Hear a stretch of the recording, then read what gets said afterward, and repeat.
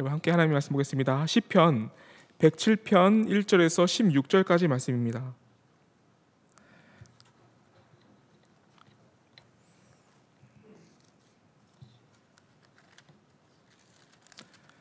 제가 가지고 있는 구약성경 882페이지에 있습니다. 제가 가지고 있는 구약성경 882페이지에 있는 시편 107편 1절에서 16절까지 말씀을 함께 보도록 하겠습니다.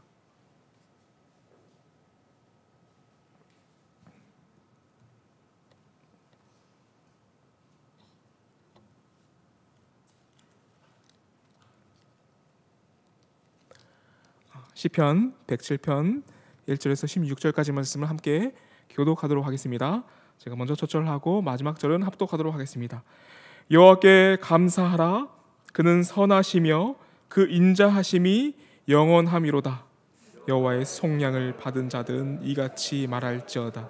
여호와께서 대적의 손에서 그들을 속량하사 동서남북 각 지방에서부터 모으셨도다. 그들이 광야 사막길에서 방황하며 거주할 성읍을 찾지 못하고 줄이고 목이 말라 그들의 영혼이 그들 안에서 피곤하였도다. 이에 그들이 근심 중에 여호와께 부르짖음에 그들의 고통에서 건지시고 또 바른 길로 인도하사 거주할 성읍에 이르게 하셨도다. 여호와의 인자하심과 인생에게 행하신 기적으로 말미암아 그를 찬송할지로다. 그가 사모하는 영혼에게 만족을 주시며 줄인 영혼에게 좋은 곳으로 채워주심이로다. 사람이 흑암과 사망의 그늘에 앉으며 곤고와 쇠사슬에 매임은 하나님의 말씀을 거역하며 지존자의 뜻을 멸시함이라. 그러므로 그가 고통을 주어 그들의 마음을 겸손하게 하셨으니 그들이 엎드러져도 돕는 자가 없었도다. 이에 그들이 그 환난 중에 여호와께 부르짖음에 그들의 고통에서 구원하시되 흑암과 사망의 그늘에서 인도하여 내시고 그들의 얽어맨 줄을 끊으셨도다. 여호와의 인자하심과 인생에게 행하신 기적으로 말미암아 그를 찬송할지로다. 그가 논문을 깨뜨리시며 쇠빗장을 꺾으셨음이로다. 아멘. 여러분, 이 시간 고통의 문제에 답하시다라는 이러한 제목 안에서 오늘 본문의 은혜를 함께 나누겠습니다. 여러분, 저번 주에 저희는 하나님께서 도저히 우리가 결코 이해할 수 없는 정말 충격적인 방식으로 우리를 구원하셨다라는 그 부분을 함께 나눴습니다. 우리의 구원에 필요한 가장 적절하고 또 우리의 상태에 상응하는 그 대가가 바로 예수님의 죽음이었다라고 그렇게 말씀을 드렸습니다. 이 구원의 방식은 사실 우리 인간 또 우리들은 결코 이해할 수 없는 방식입니다. 우리가 머리로는 알 수 있고 또 부분적으로 그 의미를 깨달을 수는 있지만 하나님께서 그 십자가에서 아들을 버리고 또 그 아버지를 바라보는 아들의 마음을 우리는 결코 이해할 수 없고 안다는 것은 불가능한 일입니다. 그래서 이 구원이 우리에게 잘 와닿지 않을 때가 있습니다. 때로 우리는 이 구원에 대해서 매우 무감각하게 느껴질 때가 있습니다. 여러분, 하지만 우리는 구원이 필요한 존재다라는 것은 우리의 삶을 통해서 분명히 우리는 인식합니다. 물론 이것은 죄에 관한 구원도 포함하지만 우리의 일상 속에서도 우리는 구원이 필요하다라는 것을 우리는 매일 경험하며 살아갑니다. 왜냐하면 우리 누구에게나 고통이 있기 때문입니다. 사실 이 시대는 물질적으로 그 어느 나라 또 우리나라의 어느 시대보다 물질적으로는 매우 큰 번영을 이루고 있는 시대예요. 그건 부정할 수 없습니다. 그런데 그 어떤 시대보다 마음과 정신이 아픈 시대를 우리가 살아가고 있다라고 말씀드릴 수가 있어요. 물질적인 부와 번영과 안정이 있으면 그 어떤 고통도 없을 것 같은데 그 어떤 구원의 제목, 구원이 필요 없을 것 같은 다른 것으로 우리가 구원 받을 필요가 없을 것 같은데 우리나라 사람들 안에 있는 그 자살률이 현재 1위를 달리고 있고 또 출산율이 꼴찌라는 것은 매우 충격적인 통계라고 우리가 볼 수가 있습니다. 이 원인에 관해서 정말 많은 사람들이 연구했고 정말 많은 예산이 책정되어서 이렇게 개선되기 위해 노력했지만 좋아지기는커녕 더 안 좋아지고 있다는 것을 우리가 볼 수가 있습니다. 또한 이러한 사회적인 문제 말고 우리가 매일 겪는 그 일상 속에서 경험하는 그 공허함과 또 우리 안에 있는 심심함, 그것도 사실 우리 안에 있는 고통이에요.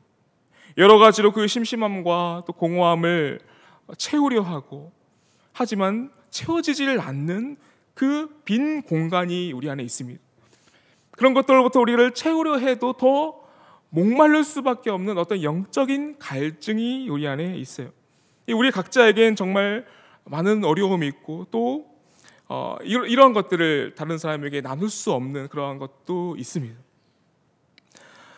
그런 고통이 우리 안에 있다라는 것을 우리가 바라볼 때 우리는 정말 우리는 구원이 필요한 존재다라는 것을 우리가 경험할 수가 있습니다. 그런데 이러한 부분은 성경에 나와 있는 내용 안에서 볼 때 죄가 있는 어떤 죄인과 또 하나님을 믿는 신자, 그 모든 사람, 그것을 가리지 않고 모든 사람에게 있는 것을 우리가 발견하게 됩니다. 우리가 성경을 보면은 내 영혼아 내가 어찌하여 낙심하며 어찌하여 내 속에서 불안해하는가. 너는 하나님께 소망을 둬라. 그가 나타나 도우심으로 말미암아 내가 여전히 찬송하리로다라고 여러분 기록이 되어 있습니다. 다윗은 이렇게 하나님의 마음에 합한 자였고 또 하나님의 뜻을 청종하고 또 순종하는 자였지만 지금 오늘 이 말씀을 보면 다윗의 형편은 정말 불안하기 짝이 없는 그런 형편이었고 또 다른 이방 민족에게 멸시를 당하는 그러한 상태였습니다. 근데 이러한 다윗의 고통과 다윗의 불안은 자기의 어떤 죄악으로부터 나왔다라기보다 외부적인 요소가 컸어요. 그래서 그러한 그의 형편은 그의 죄악으로 말미암은 것은 아니었다라고 말씀드릴 수 있습니다. 근데 이와는 반대로 신명기 28장에 예언된 이 불안과 고통은 하나님을 떠난 자들을 향해 나타나는 고통이었어요. 신명기 28장 64절부터 66절까지 말씀을 보겠습니다. 여호와께서 너를 땅 이 끝에서 저 끝까지 만민 중에 흩으시리니 내가 그곳에서 너와 내 저성들이 알지 못하던 목석 우상을 섬길 것이라. 그 여러 민족 중에서 내가 평안함을 얻지 못하며 내 발바닥이 쉴 곳도 얻지 못하고 여호와께서 거기에서 내 마음을 떨게 하고 눈을 쇠하게 하고 정신을 산란하게 하시리니 내 생명이 위험에 처하고 죄로 두려워하며 내 생명을 확신할 수 없을 것이다 라고 여러분 기록하고 있습니다. 여기서 나타나는 극심한 불안과 그들 안에 있는 이 정신이 산란함은 사실 하나님을 떠나고 또 자신의 욕망을 위해서 하나님이 아닌 다른 것을 섬긴 자들을 향한 하나님의 징벌이었어요. 그래서 그 징벌 안에서 그들은 고통하였고 이 고통은 하나님의 언약 안에 포함되어 있는 형벌이었다라고 볼 수 있습니다. 근데 우리가 여기서 중요하게 봐야 할 것은 이 고통이 즉 불안과 우리 안에 있는 여러 가지 고통이 세상에 살아가는 죄인과 하나님을 믿는 자에게 그러한 것들을 가리지 않고 온다라는 것을 이 말씀들을 통해서 우리가 볼 수가 있다는 것입니다. 그리고 오늘 본문 시편 107편에는 이러한 고통에 처하여서 또 연약하고 죄가 있는 상태에서 가진 그 인간의 보편적인 삶을 네 가지 그림으로 시편 107편을 통해서 우리에게 하나님은 보여주고 계십니다. 하나님이 그러한 삶에 직면한 사람들에게 너희들을 내가 어떻게 속량하셨는지 또 어떻게 구원하셨는지를 또 기록하고 있습니다. 그래서 이 그림은 우리가 어떤 상태에서 구원받았고 어떤 상태에서 속량받았는지를 보여주는 그림 언어다라고 볼 수가 있어요. 시편 107편은 하나님께 그러한 상황 속에서 속량받은 백성들이 하나님께 감사하라는 말씀으로 시작이 됩니다. 근데 이 감사의 이유는 이런 상태, 지금 이 시편 107편에 나타나는 그 상태에서 도저히 우리 힘으로는 그 상태에서 벗어날 수 없는 상황이었기 때문에 이런 감사의 제목을 시편 107편 기자는 말씀하고 있는 거예요. 우리의 힘으로는 그 상황에서 벗어날 수가 없는데 하나님께서 우리를 그 상황에서 벗어나게 하시는 그 속량을 우리에게 베푸셨기 때문에 우리가 하나님께 감사하여야 한다라고 말씀하고 있습니다. 여러분, 이 속량이라는 단어의 기본적인 의미는 도저히 채무를 갚을 수 없어 노예가 된 자들을 향하여 대신해서 그 채무를 갚아주고 그 노예의 신분에서 벗어나게 해준다는 그런 의미가 있어요. 그래서 이 속량은 결코 그 당사자는 이 속량을 할 수가 없습니다. 노예 스스로의 힘으로는 도저히 그 상황에서 빠져나올 수가 없다라는 것이죠. 그런데 오늘 본문에서는 이러한 노예적 상태가 네 가지로 나오고 있는 것입니다. 첫 번째 그림과 네 번째 그림은 사람이 어찌할 수 없는 상황에서 어려워하고 마치 폭풍 같은 그런 갑작스러운 위험 때문에 마음이 무너지는 그런 사람의 모습을 보여주고 있습니다. 그리고 두 번째와 세 번째는 교만한 자와 미련한 자가 하나님의 말씀을 듣지 않고 자신의 뜻에 따라가다가 결국엔 그 죄악으로 넘어지는 그런 모습을 두 번째와 세 번째 그림을 통해서 우리에게 보여주고 있는 거예요. 그래서 성경은 이 네 가지를 요약을 할 수가 있는데 결국에는 우리가 어찌할 수 없는 상황에 부닥쳤을 때 당하는 그 고통, 그리고 죄악, 하나님의 말씀을 듣지 않았을 때 죄악으로 받는 그 고통, 결국엔 이 두 가지로 우리가 이 네 가지의 그림을 요약을 할 수가 있습니다. 근데 이 네 가지 그림, 이 두 가지로 요약할 수 있는 부분, 이 사람의 처한 상태를 하나님께서는 그에 맞는 처방을 해주시면서 그의 필요를 채우시고 그를 구원하시는 장면을 오늘 시편 107편은 기록을 하고 있는 거예요. 그래서 이 말을 속량의 의미로 말씀드리자면 오늘 본문에 소개가 되고 있는 이 모든 상태는 사실 노예의 상태임을 였다고 우리가 볼 수가 있고, 우리의 힘으로는 이 네 가지 상태, 이 두 가지로 요약할 수 있는 네 가지 상태에서 우리 스스로의 힘으로는 벗어날 수 없는 상태였다라고 말씀드릴 수 있습니다. 그래서 오늘 본문에 남겨진 이 상태를 통해서 우리가 이 상태를 통해서 가질 수 있는 것은 우리와 이 말씀과 우리의 모습을 비교하면서 하나님께서 내가 이러한 상태였는데 나를 어떻게 구원하였는가를 우리가 이 말씀을 통해서 확인해보고 경험할 수가 있는 거예요. 여러분, 먼저 오늘 본문 107편 3절 말씀을 보시면 이 속량의 의미가 먼저 이렇게 기록이 되어 있습니다. 동서남북 각 지방에서부터 모으셨도다라는 의미 안에서 하나님은 이 속량의 의미를 밝혀주고 있어요. 사실 여러분, 흩어짐 자체가 징벌이고 고통임을 이 말씀은 우리에게 보여주고 있습니다. 사실 이미 바벨탑에 있을 때부터 있었던 죄를 하나님께서는 이러한 흩어짐이라는 징벌을 통해서 그 죄를 다스리셨어요.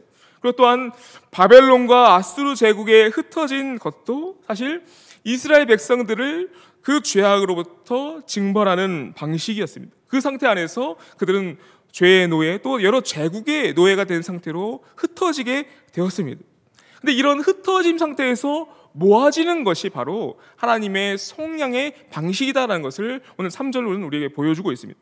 그리고 이 시편 107편 3절은 사실 106편 47절에 기도하는 기도 안에서 응답되어진 내용임을 우리가 볼 수가 있어요. 시편 106편 47절은 이렇게 기록이 되어 있습니다.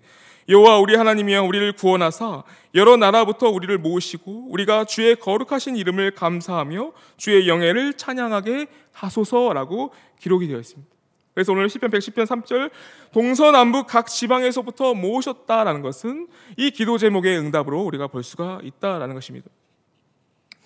여러분, 여기서 동서남북으로 번역된 원어들은 각 단어들로부터 전치사가 다 하나씩 포함이 되어 있어요. 그래서 동으로부터, 서로부터, 북으로부터라고 일일이 전치사를 넣어서 원어상으로는 그렇게 표현이 되고 있습니다. 그리고 특별히 남으로부터는 바다로부터라는 단어로, 바다라는 단어를 사용해서 이게 동서남북의 모양이 나타납니다. 그리고 이것은 하나님께서 우리를, 그 백성들을 각 영역, 각 여러 동서남북의 모든 제국에 흩으시는 모습을 이 말씀을 통해서 우리에게 보여주고 있어요.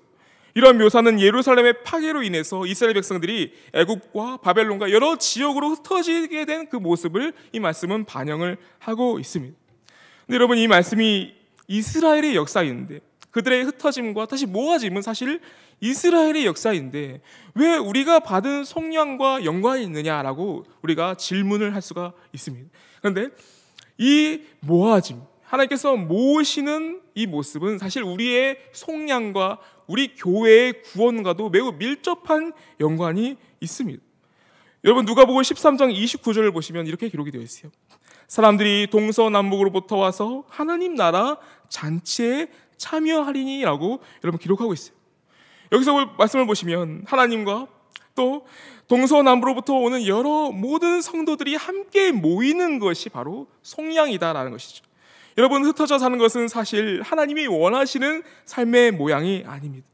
이스라엘 백성들의 그 구원의 모습을 통해서 우리는 이것을 예표받고 있고 또 그들이 드렸던 화목제가 그것을 예표하고 있고 사실 교회가 모이는 것과 교제를 중시하는 것도 사실 이런 하나님이 원하시는 뜻을 이해하는 것 안에서 교회가 그 교제와 모임을 중시하였습니다. 그래서 하나님 나라, 특별히 속량받은 하나님 나라는 하나 되고 연합되고 또 사랑과 교제와 또 모임이 가득 찬 것이 바로 하나님 나라다라는 것을 우리가 이 말씀을 통해서 경험할 수가 있는 거예요. 그래서 히브리서 10장 25절은 우리를 이렇게 권면합니다. 모이기를 패하는 어떤 사람들의 습관과 같이 하지 말고 오직 권하여 그날이 가까움을 볼수록 더욱 그리하자라고 여러분 권면하고 있습니다. 그러니까 마지막 때가 이르고 있고 우리의 구원의 완성의 때가 가까이 올수록 더욱더 우리는 그 하나님 나라, 하나님께서 바라보시는 그 하나님 나라의 원형처럼 모이기에 힘써야 한다라고 히브리서 기자는 우리에게 권면하고 있다는 것입니다. 그러니까 오늘 본문의 3절에 나오는 이 모이는 행위를 담은 이 카바치라는 동사는 완료형으로 사용되고 있습니다. 그래서 하나님 모으시는 이 구원의 행위가 이미 행하여졌고 구원에 있어서 가장 중요한 속성이 된다는 사실을 이 카바치의 그 문법적인 모습을 통해서도 우리가 볼 수가 있다는 것이죠. 하나님께서는 징벌과 심판의 결과로 인해서 사방으로 흩어진 자기 백성들을 모으신다라고 약속을 하셨고 절망의 시기인 그 바벨론 포기의 여러 선지자들은 거듭하여 이 모아지는 것을 선포하면서 그들에게 소망을 주었음을 우리가 성경을 통해서 볼 수가 있어요. 그래서 예수님도 하나님의 이러한 일하심을 기록하였고 그 일을 자신이 한다라고도 기록을 하였습니다. 그래서 마태복음 23장 37절에 이렇게 기록이 되어 있습니다. 예루살렘아 예루살렘아 선지자들 죽이고 내게 파송된 자들 돌로 치는 자여 암탉이 그 새끼를 날게 하면 몸같이 내가 내 자녀를 모으려 한 일이 몇 번이더냐 그러나 너희가 원하지 아니하였도다라고 기록을 하고 있는 것입니다. 또한 예수님께서는 마태복음 24장 31절에 마지막 때에 있을 이야기 그 모습을 우리에게 보여주고 있는데 그가 큰 나팔 소리로 함께 천사들을 보내리니 그들이 그의 택하신 자들을 하늘 이 끝에서 저 끝까지 사방에서 모으리라라고 이 구원의 원상도 사실 이 모임에 관해서 모임이라는 단어를 통해서 우리에게 보여주고 있다라는 것입니다. 여러분 이러한 모아짐과 구원의 완성이 있기 전에 또 그런 완전한 속량이 있기 전에 우리는 고통을 안고 살아갑니다. 이 말씀 뒤에 이어지는 그 본문이 그런 고통의 모습을 우리에게 보여주고 있어요. 그 첫 그림은 4절과 5절에 기록이 되어 있습니다. 그들이 광야 사막길에서 방황하며 거주할 성읍을 찾지 못하고 줄이고 목이 말라 그들의 영혼이 그들 안에서 피곤하였도다라고 여러분 기록하고 있습니다. 여러분 이 말씀을 보시면서 우리가 광야 사막길을 걸어간다라고 상상을 해보십시오. 그러한 그림을 통해서 이 말씀을 보시면 더욱더 확연하게 이 말씀이 우리에게 와닿게 됩니다. 여러분 우리가 살아가는 길은 그냥 광야가 아니라 안개에 쌓여 한치 앞도 보지 못하고 어떤 먹을 것도 마실 것도 우리 스스로의 힘으로 취할 수 없는 그런 사막과 같습니다. 그래서 자신의 장래를 위해서 수고하지만 그 수고가 헛되게 느껴질 때가 참 많습니다. 정말 이것이 나를 책임질 수 있는가? 내가 살아가면서도 사실 불안하고 의심이 들 때가 참 많습니다. 사실 우리의 힘으로는 어떤 것도 얻을 수 없는 그런 세상을 우리가 살고 있어요. 근데 얻을 수 있다라고 착각하는 것이죠. 마치 우리가 원하는 것을 얻을 수 있고 그것을 취할 수 있다라고 생각하지만 여러분 그 사막의 오아시스를 한번 생각해 보십시오. 그 오아시스가 신기루처럼 보여서 사실 잡을 수 없는 것인데 마치 잡는 것처럼 느낀다라는 것입니다. 그러한 광야를 우리가 살아간다라고 이 본문 말씀을 우리에게 보여주고 있다라는 것이죠. 여러분, 우리는 누구나 이 사막길에서 우리의 마음을 정하고 또 마음을 놓고 거주할 곳을 찾지 못해 방황합니다. 그렇게 걷다 보면 우리는 더 깊은 고갈과 더 깊은 영적 주림과 또 영적 목마름으로 고민하게 됩니다. 아무리 열심히 살아도 우리가 가야 할 길을 알지 못할 때가 많고, 그 알지 못함 안에서 오늘 말씀대로 방황하다 보면 우리가 누려야 할 평안을 누리지 못하고 또 안심과 또 거주할 집조차도 향하는 방향을 잃어버릴 때가 많다는 것이죠. 또한 끊임없는 노동과 결실을 위한 노력에도 불구하고 또한 우리 안에는 깊은 허무함과 상실감이 있습니다. 그때 6절과 9절에서 6절과 7절과 9절은 이러한 상태에 있는 이러한 상태에 있는 우리를 하나님께서 어떻게 구원하시는지를 보여줘요. 이에 그들이 근심 중에 여호와께 부르짖음에 그들의 고통에서 건지시고 또 바른 길로 인도하사 거주할 성읍에 이르게 하셨도다. 그가 사모하는 영혼에게 만족을 주시며 줄인 영혼에게 좋은 곳으로 채워주심이로다 라고 여러분 기록하고 있습니다. 하나님은 이러한 고통에서 사람을 건지시고 자신의 말씀으로 바른 길로 인도하시고 또 그 말씀으로 우리를 만족해 하고 평안을 주시는 그 영적인 집으로 우리를 인도하고 계시다라는 것이죠. 그 안에서 우리는 하나님께서 주시는 그 기름진 것과 좋은 것으로 만족하게 되고 목마름과 주림으로부터 해소가 되고 그 안에서 평안과 안식을 누린다라고 본문은 기록하고 있고, 그것이 바로 우리가 누리는 속량과 구원의 제목임을 우리가 볼 수가 있다라는 것입니다. 여러분, 예수님께서는 이 속량의 제목을 이렇게 말씀하셨습니다. 요한복음 4장 14절에 이렇게 기록이 되어 있습니다. 내가 주는 물을 마시는 자는 영원히 목마르지 아니하리니 내가 주는 물은 그 속에서 영생하도록 솟아나는 샘물이 되리라. 요한복음 6장 35절에는 예수께서 이르시되 나는 생명의 떡이니 내게 오는 자는 결코 줄이지 아니할 터이요 나를 믿는 자는 영원히 목마르지 아니하리라 라고 말씀드리고 있습니다. 여러분, 두 번째 그림은 이어지는 본문 10절에서 12절에 기록이 되어 있습니다. 사람이 당하는 고통과 사람이 당하는 환난이 어디로부터 왔냐면 이 말씀을 통해서 우리 보면 알 수가 있습니다.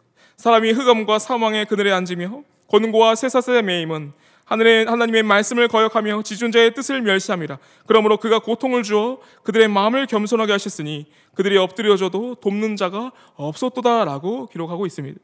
여러분, 여기서 사람이 경험하는 흑암과 사망의 그늘에 앉은 것을 무엇과 지금 비교하고 있습니까? 그것은 말씀을 거역하고 지존자의 뜻을 멸시하는 것을 사망과 흑암을 서로 비교하면서 거의 동의어처럼 지금 시편 기자는 사용하고 있습니다. 인생이 경험하는 가장 큰 고통인 어둠과 사망이 곧 하나님의 말씀을 거역하는 것이다, 그렇게 분명히 적시하고 있다라는 것입니다.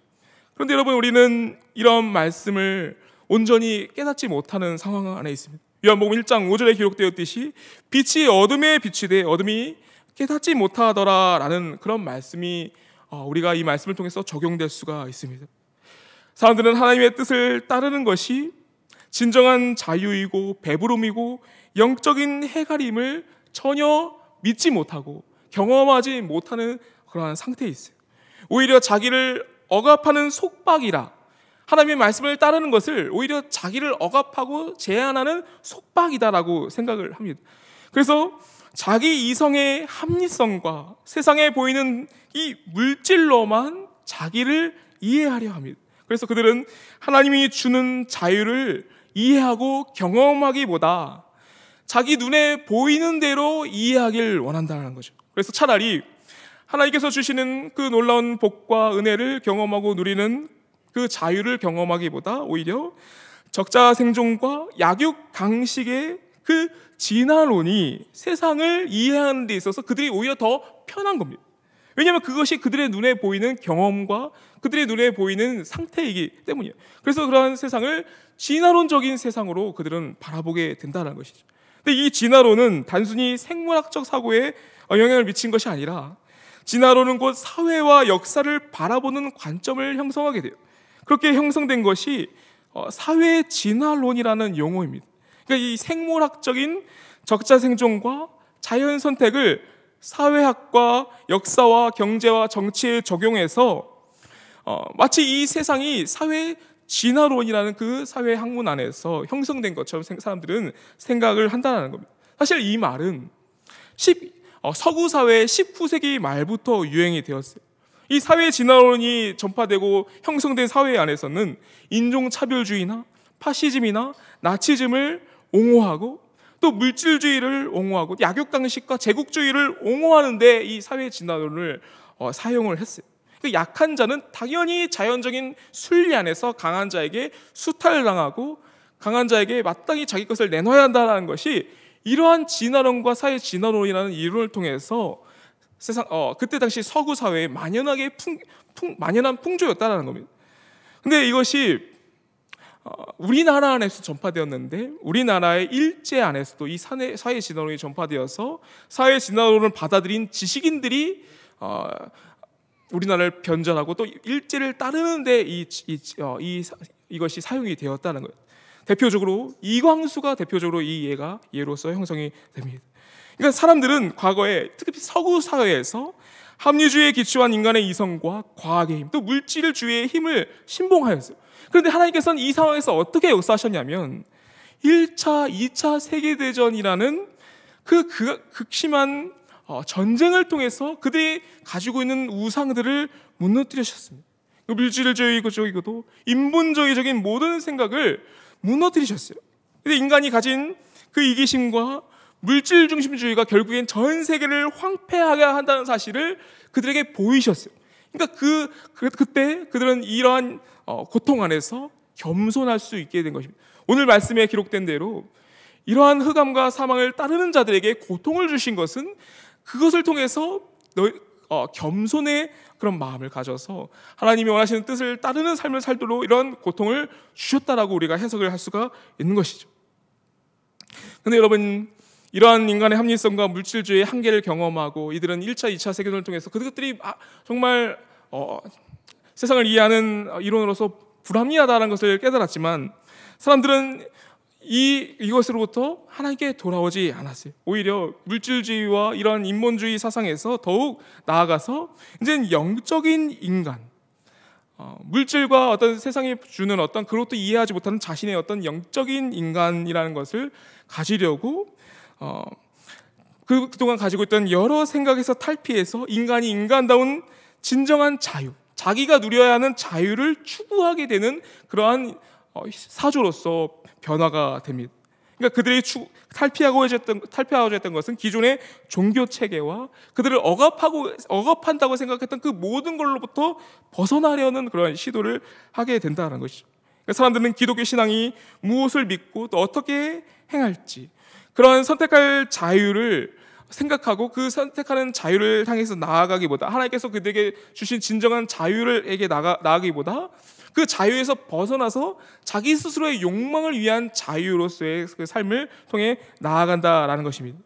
또한 자연의 순리를 자신의 욕망을 역행하는 것으로 생각해서 자연의 순리로부터 벗어나려고 했고 또 외부적인 규범과 공동체의 규범으로부터 벗어나려고 하는 그러한 사조가 점차 세상 속에 형성이 되었습니다.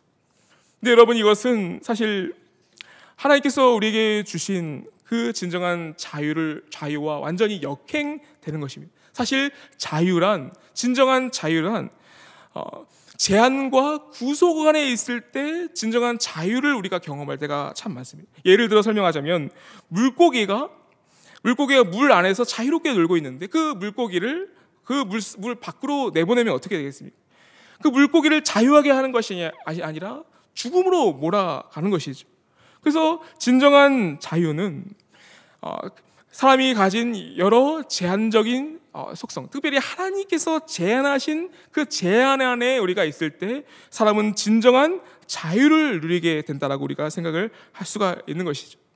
근데 이러한 생각은 하나님께서 우리에게 주신 그 말씀을 통해서 우리에게 더욱더 확연하게 보여주고 있습니다. 하나님께서 우리에게 자유를 주시려고 예수께서 어떻게 행하셨는지를 보면 우리가 그 사실을 알 수가 있어요. 예수님은 우리에게 그러한 자유를 주시기 위해서, 진정한 자유를 주시기 위해서 어떻게 행하셨습니까? 예수님은 인간의 몸이라는 그 제한된 영역으로 찾아 들어오셨어요.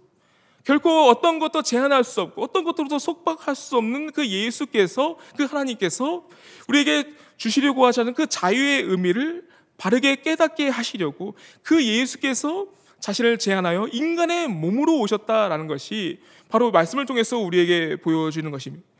예수님께서는 우리에게 이렇게 말씀하시는 것이죠. 나를 희생해서라도 너희들에게 내가 추구하는, 너희들에게 진정으로 주고자 하는 그 자유의 의미를 내가 너희들에게 주고 싶다라고 우리에게 보여주시는 것이죠.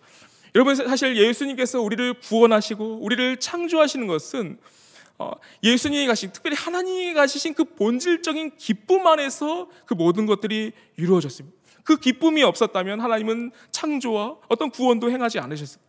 그러니까 지금 예수님께서 추구하시는 자유, 그 안에서 누리는 기쁨이 무엇이냐면 하나님의 백성, 특별히 자기 자녀를 사랑하는 그 사랑 안에서 누리는 자유와 그 기쁨을 예수님께서는 바라보시고 누리고 계시다라는 것입니다. 그 자유와 진정한 기쁨과 그 자유 안에서 누리는 그 놀라운 기쁨을 우리에게 주시려고 예수님은 자기를 제한하셔서 인간의 몸으로 오셨다라고 볼 수가 있다는 것입니다. 그래서 이러한 마음, 예수님의 사랑을 알 때 우리는 진정한 자유, 하나님께서 우리에게 주시는 그 사랑 안에서 자유를 경험하게 된다는 겁니다. 그 경험 안에서 우리는 하나님께서 원하시는 뜻을 따라서 살아갈 수가 있게 돼요. 고린도후서 5장 14절은 그 따름에 관해서 이렇게 기록하고 있습니다. 그리스도의 사랑이 우리를 강권하시도다라고 여러분 기록하고 있습니다. 마태복음 1장 23절에 보라, 처녀가 잉태하여 아들을 낳을 것이요 그의 이름은 임마누엘이라 하시리라 하셨으니 이를 번역한 적 하나님이 우리와 함께 계시다 함이라. 히브리서 4장 15절에 우리에게 있는 대제사장은 우리의 연약함을 동정하지 못하시리가 아니요 모든 일에 우리와 똑같이 시험을 받으시되 죄는 없으시다라고 여러분 기록하고 있습니다. 예수님께서 누리시는 그 자유, 그리고 그 사랑과 그 기쁨을 이 말씀 안에서 우리가 경험하길 기도합니다. 그리고 또 우리에게 그 기쁨과 사랑을 주셔서 하나님께 나아가지 못하는 그 모든 억압과 모든 불의와 모든 제한을 꺾으셔서 우리 예수님께서는 우리를 하나님께 나아가도록 하셨어요. 그래서 오늘 본문 시편 107편 16절에 이렇게 기록하고 있는 겁니다. 그가 논문을 깨뜨리시며 쇠 빗장을 꺾으셨음이로다 라고 여러분 기록이 되어 있습니다. 여러분, 시편 기자는 이 내용에 매우 익숙하였을 것입니다. 왜냐하면 바벨론 성벽, 특별히 역사가가 기록하고 있는 바벨론 성벽에는 실제로 이렇게 논문으로 된 성문이 100여 개 이상이나 있었다고 합니다. 그러니까 바벨론 성문, 특별히 하나님의 백성들을 억압하는 그 논문과 빗장을 하나님께서 꺾으셔서 속량하시고 구원하신다는 사실을 이러한 모습을 통해서 또한 우리에게 보여주고 있다는 것이죠. 여러분, 우리가 얻은 속량과 진정한 자유가 무엇으로부터의 속량이었고 자유였습니까? 하나님의 말씀을 대적하는 그 흑암이라는 고통, 또 우리가 어찌할 수 없는 폭풍과 같은 그 삶의 여정, 그리고 광야 안에서의 우리가 걸어가는 그 삶의 여러 여정 속에서 하나님은 우리를 속량하셨고 우리를 자유하게 하셨습니다. 그리고 그것들 모든 걸 풀어주셨고 진정으로 주님을 사랑하는 마음, 그 자유를 우리에게 허락하셔서 우리가 주님이 원하시는 그 삶의 모양으로, 영원한 난식과 평안의 모양으로 우리가 살아가게끔 우리를 인도해 주셨습니다. 그래서 이 말씀 안에서 함께 주님께서 우리에게 주신 이 속량의 제목과 자유의 제목과 기쁨의 제목을 경험하며 주님께 나아가는 우리의 삶이 되길 기도합니다.